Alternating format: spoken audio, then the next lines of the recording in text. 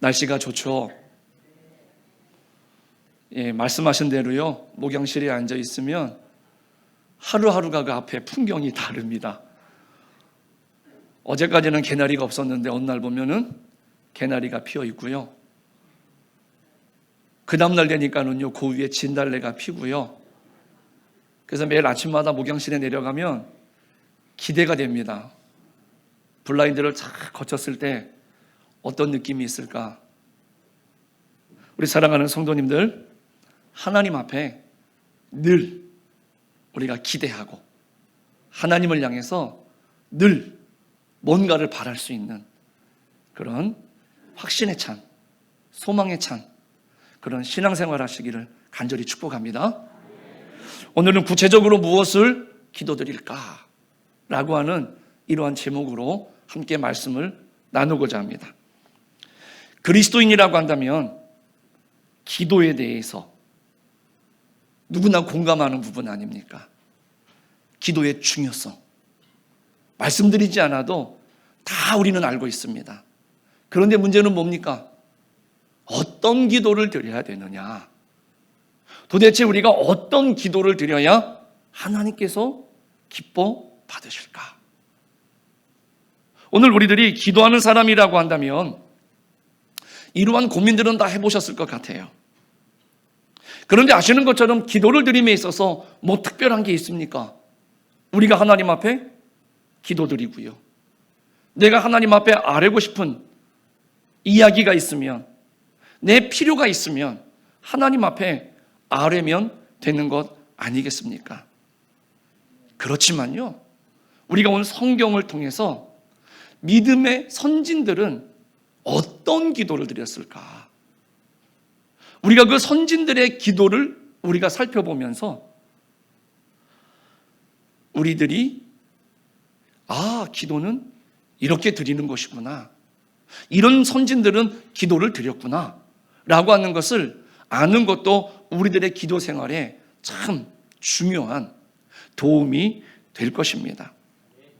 우리 그들의 기도의 제목을 통해서 혹 우리들이 기도를 드려야 되는데 드리지 못하는 그러한 기도가 있다면 그러한 기도에 대해서 생각해 보고요, 우리 또한 기도의 범위를 이 시간 넓혀갈 수 있기를 간절히 부탁드립니다.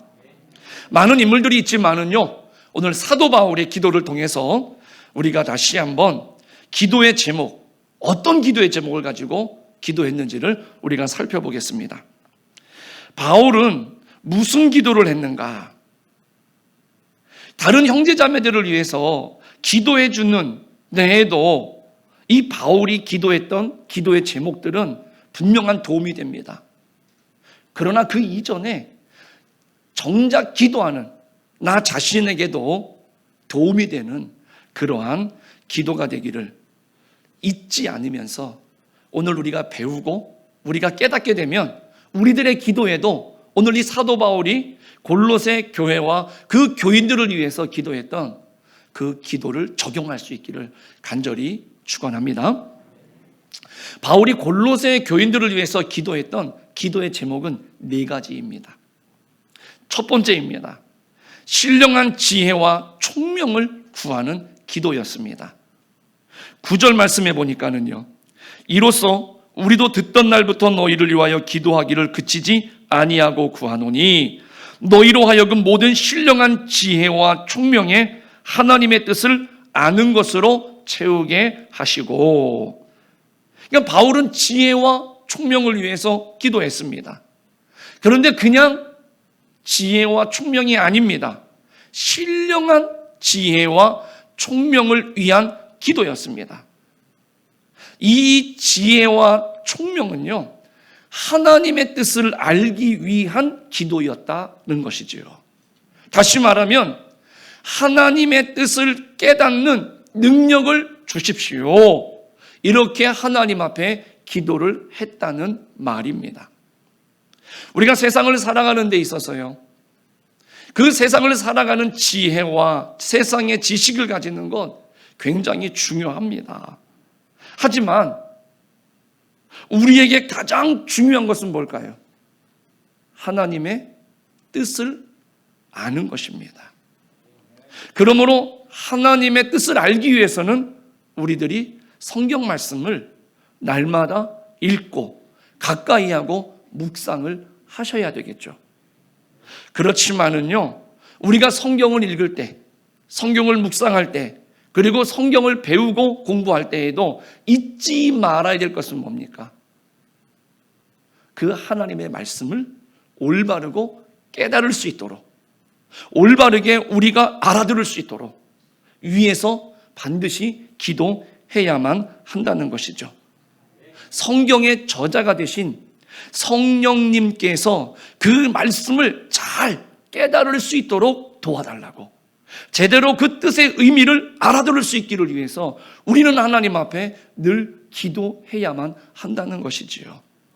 바울의 기도의 출발점은요, 이 신령한 지혜와 총명으로 말미암아서 하나님의 뜻을 깨닫는 것이었다라는 것을 우리가 기억하시기를 바라겠습니다. 그 기도의 제목 두 번째는 뭐였느냐면 행함을 위한 기도였습니다. 10절 말씀입니다. 주께 합당하게 행하여 범사에 기쁘시게 하고 모든 선한 일에 열매를 맺게 하시며 하나님을 아는 것에 자라게 하시고. 아멘. 그러니까 아는 데서 그치는 것은 올바른 것이 아니지요. 첫 번째 기도 제목이 신령한 지혜와 총명을 위한 기도였다라고 한다면 이제는 그것을 행할 수 있는 능력을 위해서 기도해야만 하는 것입니다. 우리가 합당하게 행하기만 하면 범사에 주신 하나님의 기쁨을 우리가 누릴 수 있고, 합당하게 행하면 우리 주님을 기쁘시게 할 수 있다고 오늘 본문은 우리들에게 말씀해 주고 있습니다. 우리 사랑하는 성도님들, 우리가 살아가면서 믿음도 중요하지만 상식도 중요합니다. 저는 개인적으로요, 세상은 상식적이지 않아요. 그래서 불합리합니다. 부조리하고 불공평해요. 적어도 그러면 교회는 상식적이어야 돼요. 적어도 세상보다는. 그런데 때로는 가슴 아픈 일은 뭐냐면 믿음이라고 하는 이 부분 때문에 그 상식이 묻힌다는 것이죠. 그래서 몰상식한 믿음의 사람들이 너무나 많아서 교회가, 기독교가 손가락질 당하는 것은 아니겠습니까? 우리 대강교회 성도님들은 믿음도 좋으시지만 누구나 상식적으로 생각하고 상식적으로 판단하고 상식적으로 살아갈 수 있는, 그래서 우리가 건전하게 살 수 있는 그런 귀하고 복된 믿음의 성도들 되시기를 간절히 축복합니다. 그렇게 살아갈 때 교회에서도, 직장에서도, 우리 청년들은 학교에서도, 공부할 때에도 우리는 주님을 기쁘시게 할 수가 있는 것입니다. 주님을 우리가 살아가면서 기쁘게 해드리고 싶지 않습니까? 그래서 우리는 합당하게 행할 수 있도록 우리는 기도해야 하는 것입니다. 이런 사람은 선한 일에 열매를 맺게 되어 있습니다. 합당하게 행하면 결국 하나님을 아는 것에 자라게 되어 있다라는 것이지요. 이것을 제 말이 아니라 오늘 본문이 지금 우리들에게 이야기해 주는 겁니다. 우리에게 꼭 필요한 것이 아니겠습니까? 행함이라고 하는 것은요, 우리 그리스도인들에게 있어서 너무나 강조되는 부분입니다. 말씀에 순종하지 않으면 우리는 결코 잘할 수가 없습니다. 신령한 지혜와 총명으로 올바르게 우리 하나님의 뜻을 깨달았다라고 한다면 그 깨달음을 가지고 주님께 합당하게 행하게 된다면 하나님께서는 하나님을 아는 지식에서 잘할 수 있도록 우리를 도와주시고 우리에게 능력을 주시는 것입니다. 그래서 야고보서 2장 26절은 이렇게 말합니다. 영혼 없는 몸이 죽은 것 같이 행함이 없는 믿음은 죽은 것이니라. 많은 그리스도인들이요, 믿음은 많이 강조하는데 행함을 등한히 여기는 경우가 있습니다. 그러나 바울은요, 오해하지 마십시오. 믿음만 강조한 게 아니에요. 기도할 때에 신령한 지혜와 총명을 위해서 기도했을 뿐만 아니라 행함을 위해서도 오늘 본문을 통해서 분명하게 기도하고 있다라고 하는 것을 우리는 기억하시고, 하나님의 뜻을 깨닫는 대로 우리가 행함을 위해서도 기도하고 결단하고 실천할 수 있는 우리가 되시기를 간절히 부탁드립니다. 세 번째 기도 제목은 인내를 위한 기도였습니다. 11절 말씀입니다. 그의 영광의 힘을 따라 모든 능력으로 능하게 하시며 기쁨으로 모든 견딤과 오래 참음에 이르게 하시고. 아멘. 하나님의 뜻을 알고 합당히 행하면 주님께서 기뻐하신다고 했습니다. 그렇지만 그러한 모든 일들이 다 쉽냐는 거죠. 아니에요. 때로는요, 그렇게 살려다 보니까 참을 수 없는 상황들을 맞닥뜨릴 수도 있다는 것이죠. 그래서 바울은 그러한 자들을 위해서 기도하기를 견딤과 오래 참음을 위해서 기도했다는 것이죠. 인내가 필요하다는 것입니다. 그러면 이 견딤과 오래 참음의 차이가 뭘까요? 견딤은요, 환경에 대해서 인내하는 것입니다. 그러니까 어려운 환경에 봉착했을 때 우리가 참고 이기는 것, 인내하는 것, 이것이 바로 견딤인 겁니다. 그러면 오래 참음은 뭐겠습니까? 오래 참음은 대인관계에서 어려움이 올 때 인내하는 것을 말하는 겁니다. 그러니까 사람과의 관계에서 우리가 어려워질 때, 힘들 때 우리가 인내하는 것을 가리켜서 오래 참음이다라는 것입니다. 이러한 어려움들이 닥칠 때 오늘 본문은 그런데 우리들에게 중요한 교훈을 주고 있습니다. 참으라고 하니까, 견디라고 하니까 이를 악물고 참아야 된다, 이렇게 말씀하고 있지 않습니다. 본문에 의하면 기쁨으로 할 수 있도록 사도 바울은 기도하는 것을 볼 수가 있습니다. 어려운 상황이 없어지게 해달라고 기도하라고 말하고 있지 않습니다. 지금 상황이, 그리고 누군가와의 관계 속에서 어렵다 할지라도 기쁨으로 이겨나갈 수 있도록 해달라고 기도하는 것입니다. 주어진 상황을 이겨나가는 사람, 환경을 초월하는 사람이 되게 해달라고 오늘 사도 바울은 그렇게 기도하고 있습니다. 어떤 사람들은요, 어려운 상황을 이겨나가게 해달라고 하나님께 이렇게 기도하는 분들이 있습니다. 하나님, 제게 지금 당장 인내를 주시옵소서. 하나님이 지금 내게 인내를 주셔서 잘 참게 해달라고 기도하는 사람들도 있습니다. 그렇지만 여러분들, 우리가 한 가지 마음속에 좀 깊이 새기시고 기억해야 될 말씀이 있습니다. 뭐든지 즉시 이루어지길 바라지 않는 것 또한 인내다라는 것입니다. 기다릴 줄 알아야 되는 겁니다.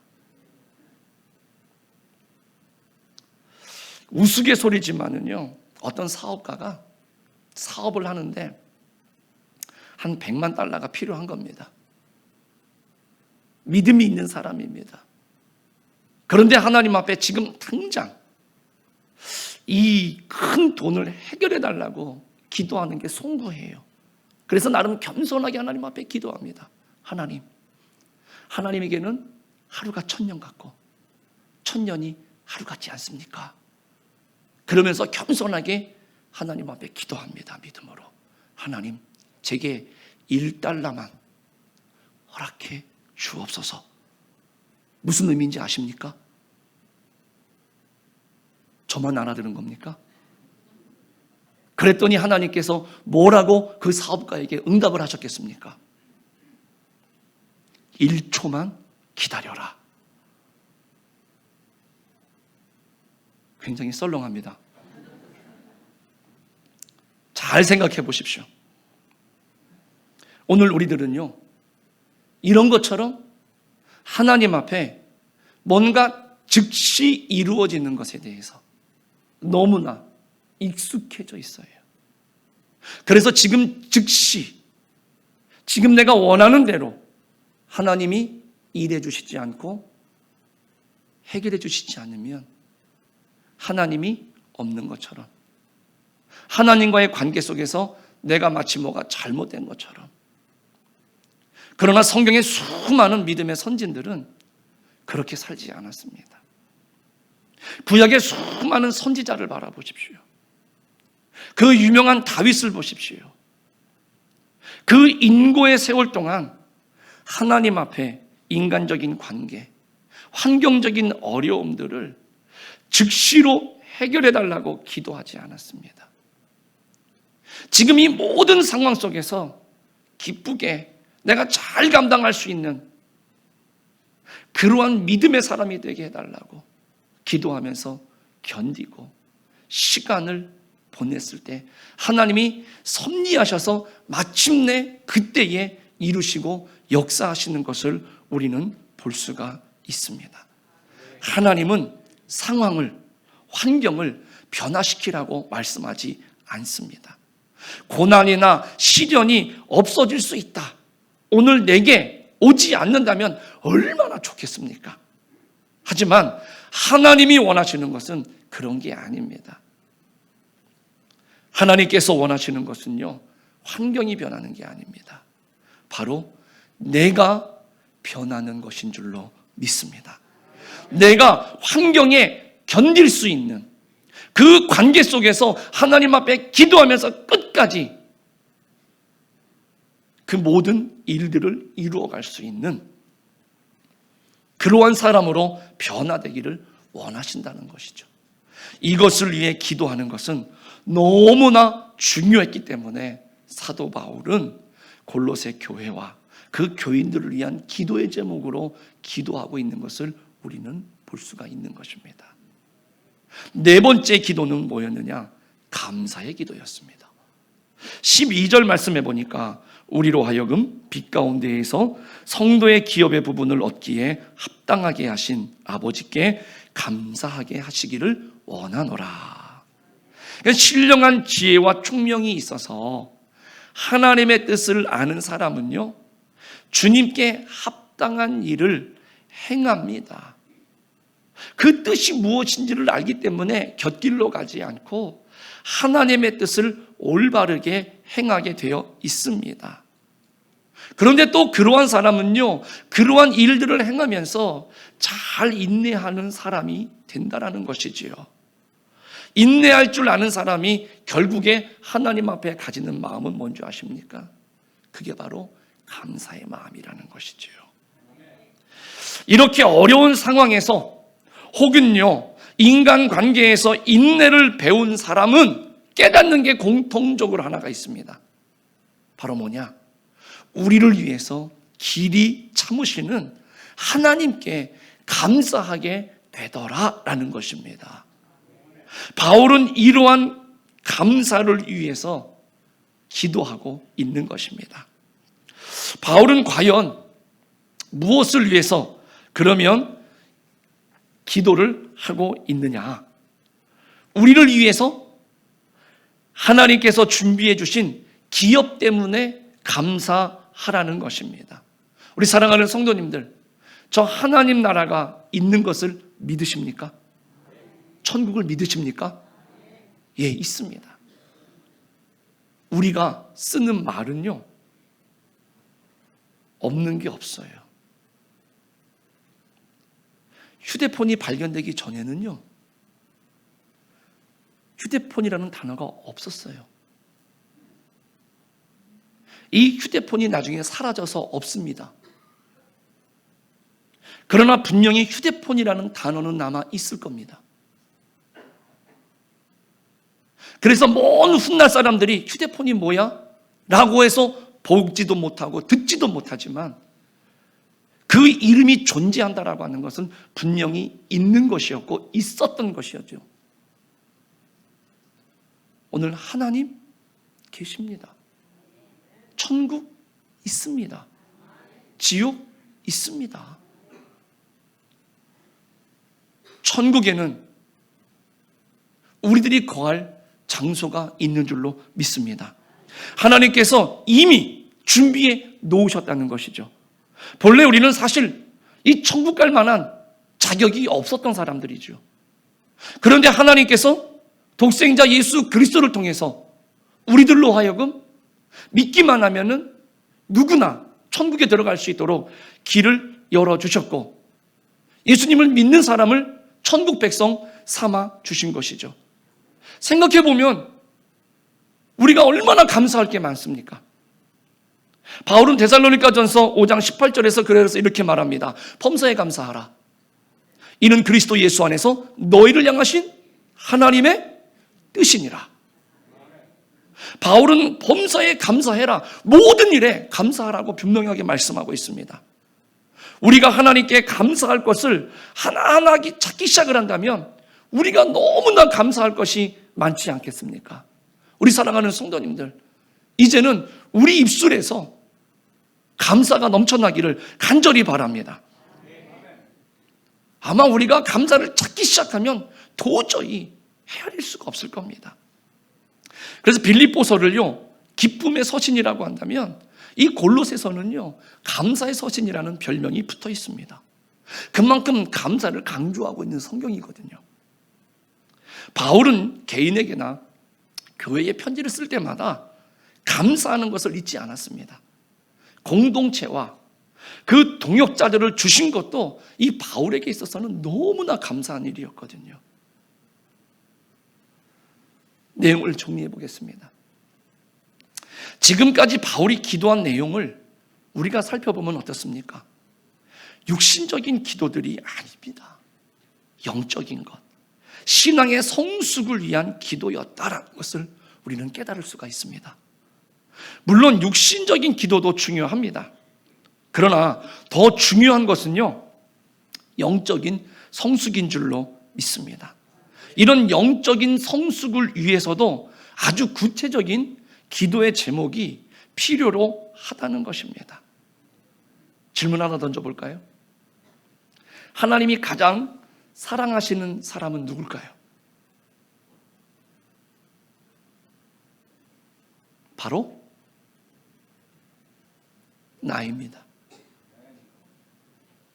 제가 아니라 여러분 자신이라는 겁니다.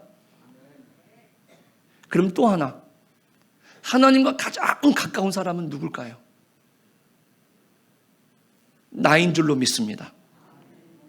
지구가 동그랗게 생겼죠. 우리가 지구 위에 서 있죠. 어느 누구든지 내가 서 있는 곳에서 하늘을 쳐다보면 내가 제일 하나님과 가깝습니다. 내 입장에서 보면은 이 옆 사람보다도 내가 하나님께 더 가까운 사람이에요. 그러나 내 옆 사람은 하늘을 올려다보면은 내 옆 사람보다도 내가 더 하나님께 가까운 사람이죠. 그러니까 우리 모두는 뭡니까? 하나님 앞에 가까운 사람이에요. 하나님이 가장 사랑하는 사람은 그 누구도 아닙니다. 나 자신이라는 것입니다.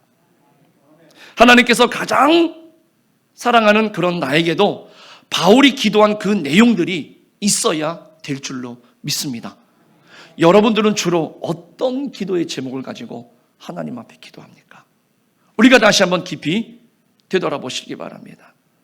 그 기도 제목들 중에는 바울처럼 영적인 부분들을 위해서 얼마나 구체적으로 기도하고 있느냐, 이것을 한번 좀 점검해 보셨으면 좋겠습니다. 만약 지금까지 내가요, 영적인 부분에 대해서는 그렇게 구체적으로 기도하지 못했다라고 한다면 이제 우리의 기도 시간에 바울이 기도한 내용을 가지고요, 기도해 봄이 어떨까 여러분들에게 권면드립니다. 바울처럼 자신의 영적인 부분에서 더욱더 구체적으로 기도하시는 우리 대강교회 모든 성도님들이 다 되시기를 주님의 이름으로 간절히 축원합니다.